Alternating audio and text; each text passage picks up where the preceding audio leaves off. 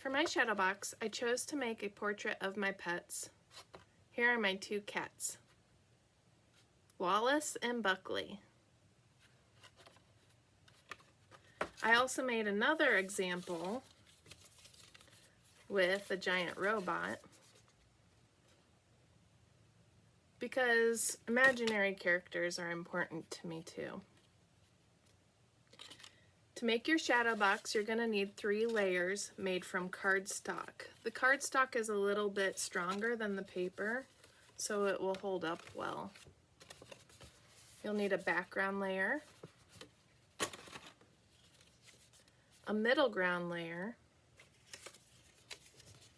and a foreground layer. I'll show you how to put these together. You have 8 large pieces of cardstock. You need 5 pieces to make your 4 projects. Set aside 4 large pieces for your other projects. You don't want to accidentally use them and then be left with nothing at the end. To make your shadow box, you need to choose a large sheet of cardstock. You can choose color or you can choose white. We're going to start by making the box. This is also going to be the background. To make the box, we're going to fold the edges up on all 4 sides. If you have a ruler, you can measure out 1 inch, but if you don't, go ahead and use your fingers, and we need about 2 fingers length.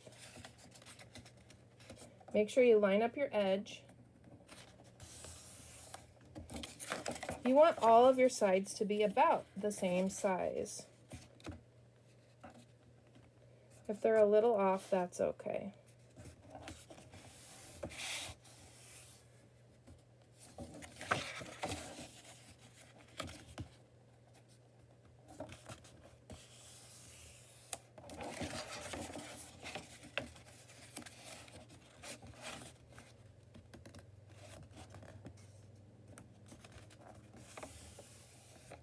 Once you have each side folded, you can go ahead and make the cuts to make the glue tabs.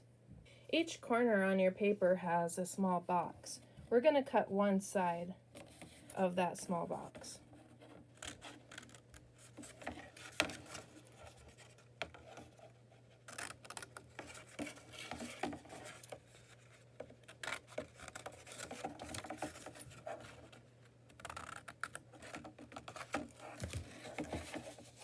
If you fold the sides in, you can see how large your box will be.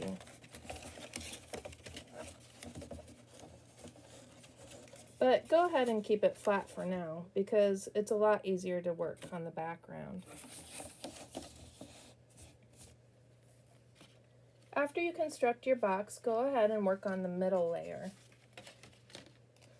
You want to work on the middle layer first to make sure that it actually fits inside your box. One way you can do this is you could trace around your box to see how large it is and then draw your character inside that area.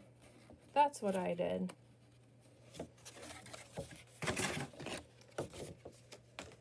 After you have your middle ground, go ahead and cut it out.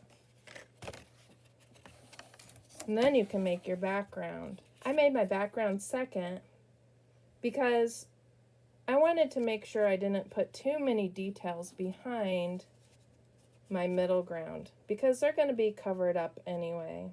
I made my foreground last to make sure that it didn't cover too much of the rest of my paper. Now it's time to put it all together. If you want to hang your box, go ahead and poke holes now. It's a lot harder to poke the holes once it's been constructed. I'm going to poke my holes with a pencil. If you have a hole puncher, you can use a hole puncher. I'm going to place 2 holes at the top of my shadow box. Using the tip of my pencil, I'm going to press through the paper. Be very careful so you don't poke your fingers.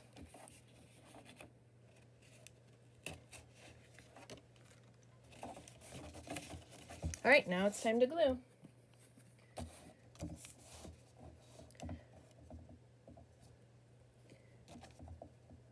When you're gluing, you want to make sure you go to the edges of your glue tab. I like to spread the glue with my finger. And then I just wipe it off. It dries up and peels off pretty easily. You might have to hold this for 30 seconds or so. When you're doing your glue tabs, make sure that you fold the glue tab so that it's on the outside.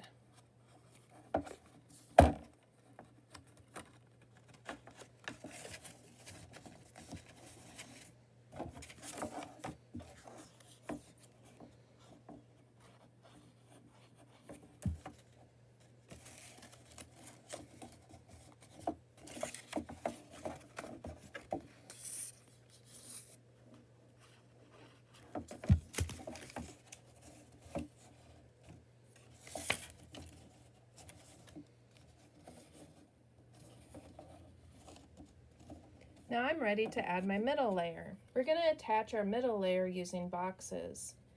Depending on the size of your middle layer, you might need 1 box, or 2, or maybe even 3.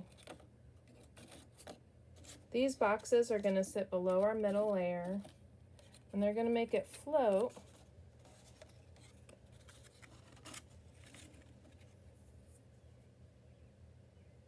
so that our shadow box will be 3-dimensional. Here's how you make the boxes. You're going to have to start with a strip of paper. I cut this from cardstock.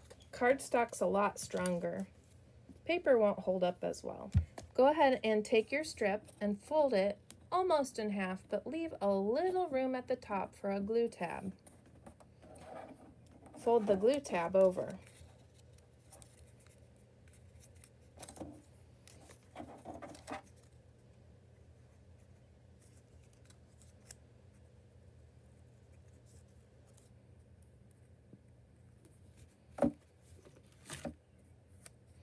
You're going to want to make sure this sets before you do the next step.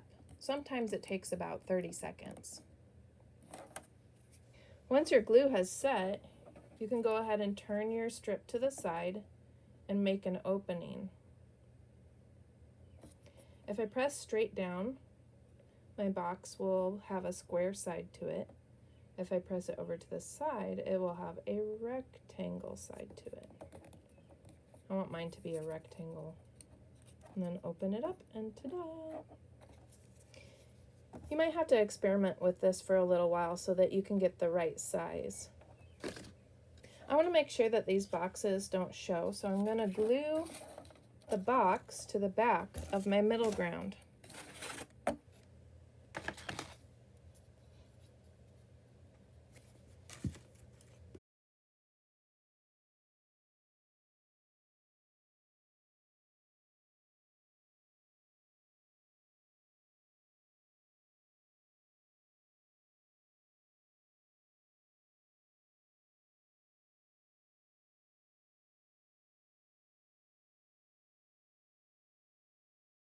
Now I can place it into the box.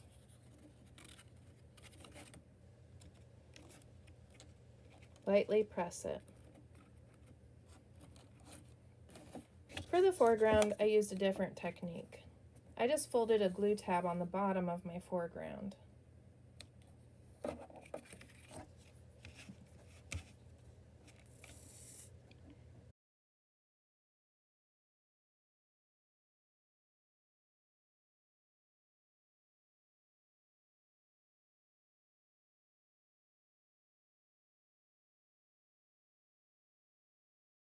The last step is to add the hanger. I'm just going to use a piece of yarn. If you want, though, you can just stand your shadow box up on a shelf or a dresser.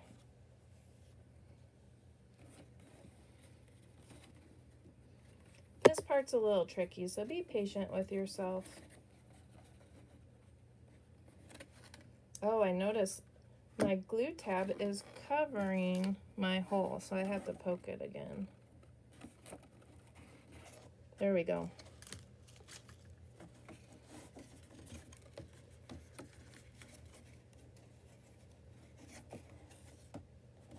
If you have a hard time getting the yarn through, you might want to make your hole just a little bit bigger.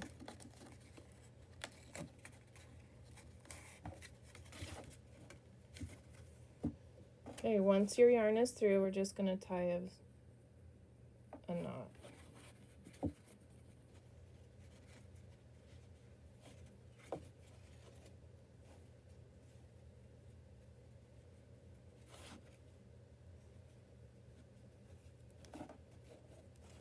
And there you go. I can't wait to see what you make.